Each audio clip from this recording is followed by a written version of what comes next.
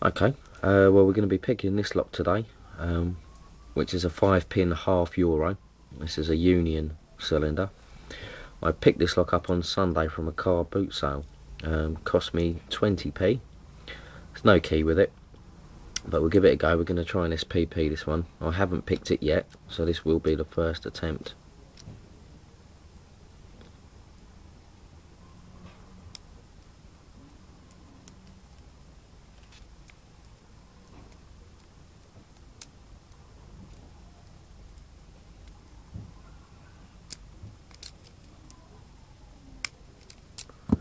Okay, there we go. Nothing too difficult there. What I did notice on that one is that the key must have some quite high cuts on it, because I hardly had to push them pins up at all.